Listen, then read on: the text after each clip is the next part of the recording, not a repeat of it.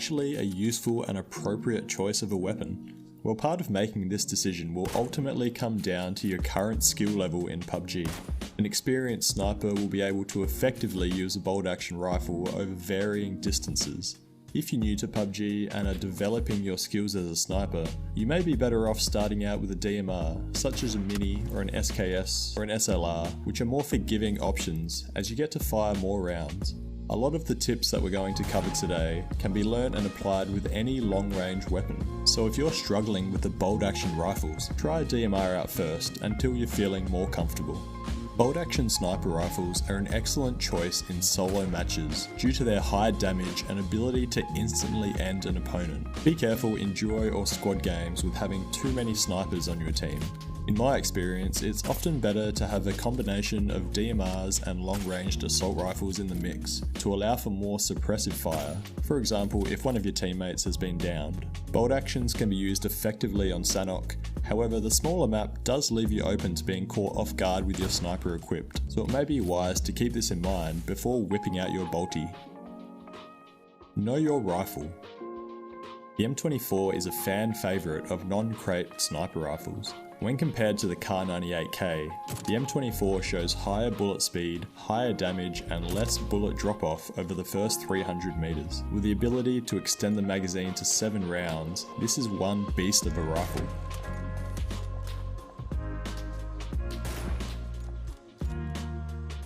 Although the Kar98K has more bullet drop-off compared to the M24 over that first 300 meters, this rifle supports bullet loops to allow faster reloading.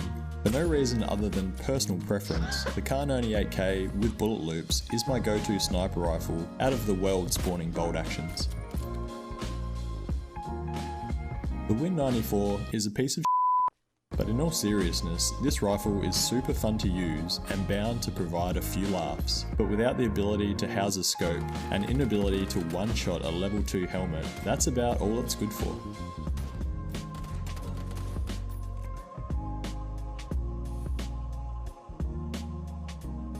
The AWM, the most powerful gun in the game.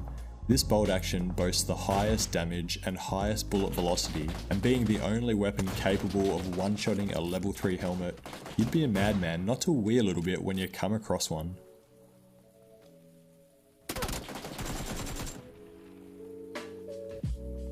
Now before we get stuck into the tips, check out this sniper infographic that I made for your convenience. The images that are shaded in red indicate a kill shot, and the percentages show how much damage is done when it isn't a kill shot. You can download the image in the description below. Alrighty, moving on to the general sniper tips that I use in a day-to-day basis. Centering your sights before you aim down sight is just as important in sniping as it is in close quarter combat.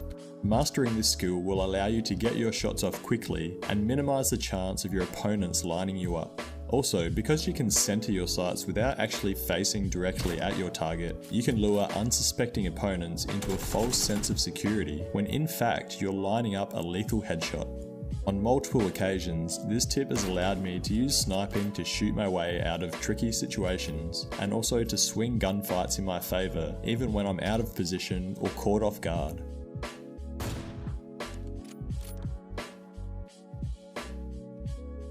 Sniping moving targets, especially players in vehicles, is a difficult task in PUBG. What I've found has helped me to land more of these shots is to track my opponents rather than lining up a stationary shot. This might seem obvious, but it's taken me 18 months of playing the game to come to this conclusion.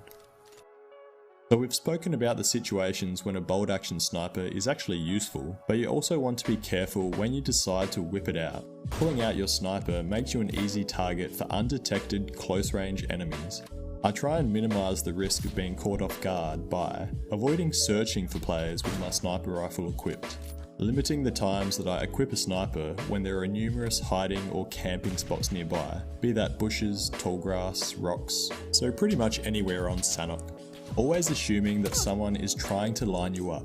And finally, if you can't get a shot off quickly, re-equip your primary rifle, reposition and reassess the situation, rather than standing and waiting for your enemy to present themselves. In this example here, I hear some shooting off in the distance, and by pulling out my sniper to search for my enemy, I leave myself open to this prone